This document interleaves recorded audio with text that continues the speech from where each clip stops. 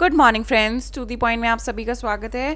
पिछले कुछ वीडियोस में हमने बजट से रिलेटेड बहुत सारे टॉपिक्स पढ़े, जैसे fiscal deficit, revenue deficit, primary deficit. तो आज के हमारा जो वीडियो है वो रिलेटेड है इफेक्टिव रेवेन्यू डेफिसिट से। रेवेन्यू डेफिसिट हम डिटेल में ऑलरेडी पढ़ चुके हैं। अब देखते हैं कि इफेक्टिव रेवेन्यू डेफिसिट क्या है। स्टार्ट करते हैं डेफिनेशन से। तो पहले फ्रेंड्स, जो रेवेन्यू डेफिसिट को फटाफट से एक बार थोड़ा सा रिवाइज कर लेते हैं। रेवेन्यू डेफिसिट क्या होता है? डिफरेंस होता है रेवेन्यू एक्सपेंडिचर और रेवेन्यू रिसीट्स के बीच में, है ना। अगर एक्सपेंडिचर ज़्यादा है रिसीट से तो रेवेन्यू डेफिसिट आ जाएगा, और अगर रिसीट्स ज़्यादा हैं एक्सपेंडिचर से तो रेवेन्यू सरप्लस आ जाएगा। बट अभी हम रेवेन्यू डेफिसिट के बारे में पढ़ रहे हैं। तो रेवेन्यू डेफिसिट कैसे कैलकुलेट करते हैं? Revenue expenditure minus revenue receipts is equal to revenue deficit.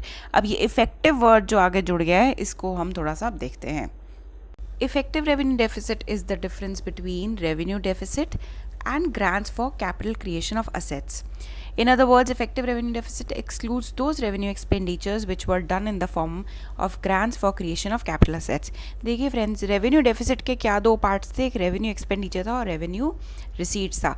तो फ्रेंड्स, जब गवर्नमेंट रेवेन्यू एक्सपेंडिचर इनकर करती है तो उसमें से कुछ ऐसे भी एक्सपेंडिचर होते हैं, कुछ ऐसे नेचर के एक्सपेंडिचर होते हैं जो कि जिससे कैपिटल असेट्स क्रिएट होते हैं। मान लीजिए कि गवर्नमेंट की कोई स्कीम चल रही है, ठीक है, और उन्होंने गांव में पैसा भेजा और उस पैसे से वहाँ पे कुछ ऐसा असेट बना, मतलब एक कैपिटल असेट बन गया। फॉर एन एग्जांपल, कोई एक वाटर डिस्पेंसिंग फैसिलिटी, मतलब पानी पीने की कोई फैसिलिटी बना दी। अब उसको क्या रेवेन्यू एक्सपेंडिचर के अंदर तो अलॉट हुआ, लेकिन एट द सेम टाइम गांव में क्या हुआ, एक पानी पीने की फैसिलिटी क्रिएट हो गई, व्यवस्था बन गई। तो जो ऐसा ग्रांट, मतलब जो ऐसा अमाउंट होता है ना रेवेन्यू एक्सपेंडिचर का, उसको हम हटा देते हैं तो हमारे पास आ जाता है इफेक्टिव रेवेन्यू डेफिसिट। एक बार मैं फिर से आपको रिपीट करके समझा देती हूँ कि फ्रेंड्स, जो रेवेन्यू एक्सपेंडिचर होता है, देखिए रेवेन्यू एक्सपेंडिचर और रेवेन्यू रिसीट्स, जो रेवेन्यू एक्सपेंडिचर यूज़ किया जाता है किसी कैपिटल असेट क्रिएट करने के लिए, उस अमाउंट को हटा देते हैं इसमें से, रेवेन्यू एक्सपेंडिचर में से, और जो अमाउंट आता है वो इफेक्टिव रेवेन्यू डेफिसिट होता है। तो इसका फॉर्मूला क्या हुआ? हमने पहले रेवेन्यू डेफिसिट निकाल लिया, उसमें से हम हटा देंगे grants for creation of capital assets, जो कि यहाँ पे मेंशन है, और जो हमारे पास फाइनल फिगर आएगा उसको हम बोलते हैं ERD। इस तरीके से कैलकुलेट करते हैं इफेक्टिव रेवेन्यू डेफिसिट। चलते हैं हमारी नेक्स्ट स्लाइड पे, जो कि है रीज़न क्या थे इंट्रोड्यूस करने के इफेक्टिव रेवेन्यू डेफिसिट के पीछे। So revenue expenditure includes those expenditure by the government that does not create any revenue asset, however there are certain grants given by union government to the state government that creates asset. तो friends, जो revenue expenditure होता है usually वो इस nature का होता है कि उससे कोई असेट्स क्रिएट नहीं होते, बट कई बार रेवेन्यू एक्सपेंडिचर में ऐसा एक्सपेंडिचर भी इनकर कर देती है गवर्नमेंट जिससे कोई कैपिटल, ऐसा नहीं है कि बहुत बड़ा कैपिटल असेट होगा, कोई छोटा मोटा कैपिटल असेट भी क्रिएट हो जाए तो उसको हम हटा देते हैं, जिससे हमारी क्लियर पिक्चर बाहर आ जाती है कि एक्चुअल में जो रेवेन्यू डेफिसिट है वो कितने का है। So example, under MG NREGA programme some capital assets such as roads, ponds etcetera are created, thus grants for such expenditure will not strictly fall in the revenue expenditure.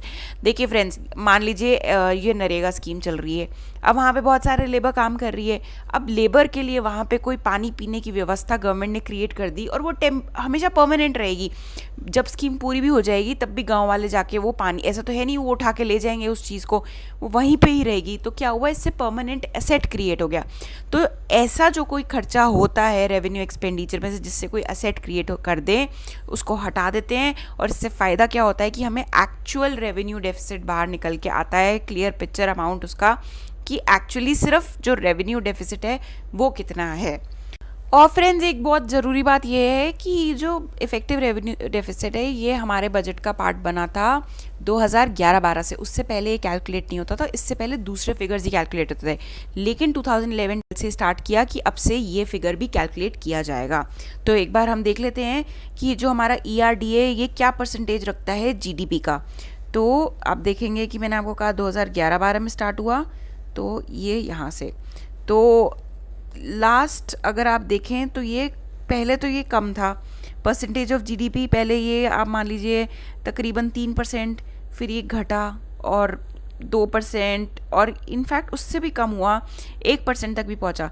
लेकिन अगर आप लास्ट 5 सालों से देख रहे हैं तो ये ग्रोथ की ट्रैजेक्टरी पे है, मतलब ये बढ़ता ही जा रहा है हमारा रेवेन्यू डेफिसिट का, सॉरी इफ़ेक्टिव रेवेन्यू डेफिसिट का फिगर। और अगर आप 2020-21 में देखेंगे तो बहुत ज़्यादा बढ़ गया। रीज़न क्या है? रीज़न ये है कि भाई पैंडमिक आ गया हमारी कंट्री में, गवर्नमेंट को बहुत सारा एक्सपेंडिचर करना पड़ा, बहुत सारी सर्विसेज प्रोवाइड करनी पड़ी, तो जिसकी वजह से ये जो फिगर है बढ़ गया। तो आप देख रहे हैं यहाँ पे ये ऑलमोस्ट 6% टच कर गया है 2020-21 में। और 2020-21 ही हमारा एक ऐसा साल है जब हमारे देश में कोरोना वायरस बुरी तरीके से फैला था। तो फ्रेंड्स, होप आपको ये कॉन्सेप्ट इफेक्टिव रेवेन्यू डेफिसिट का क्लियर हो गया हो। इफेक्टिव रेवेन्यू डेफिसिट को समझने के लिए आपका रेवेन्यू डेफिसिट का कॉन्सेप्ट बहुत अच्छे से क्लियर होना चाहिए। इन केस आपको उसमें कुछ भी डाउट है तो मेरा प्रीवियस वीडियो आप प्लीज़ रेफर कर लीजिएगा। और आज की वीडियो के लिए इतना ही, इसी के साथ मैं वीडियो वाइंड अप करना चाहूँगी। So friends, stay home, stay, thank you so much for your patience listening.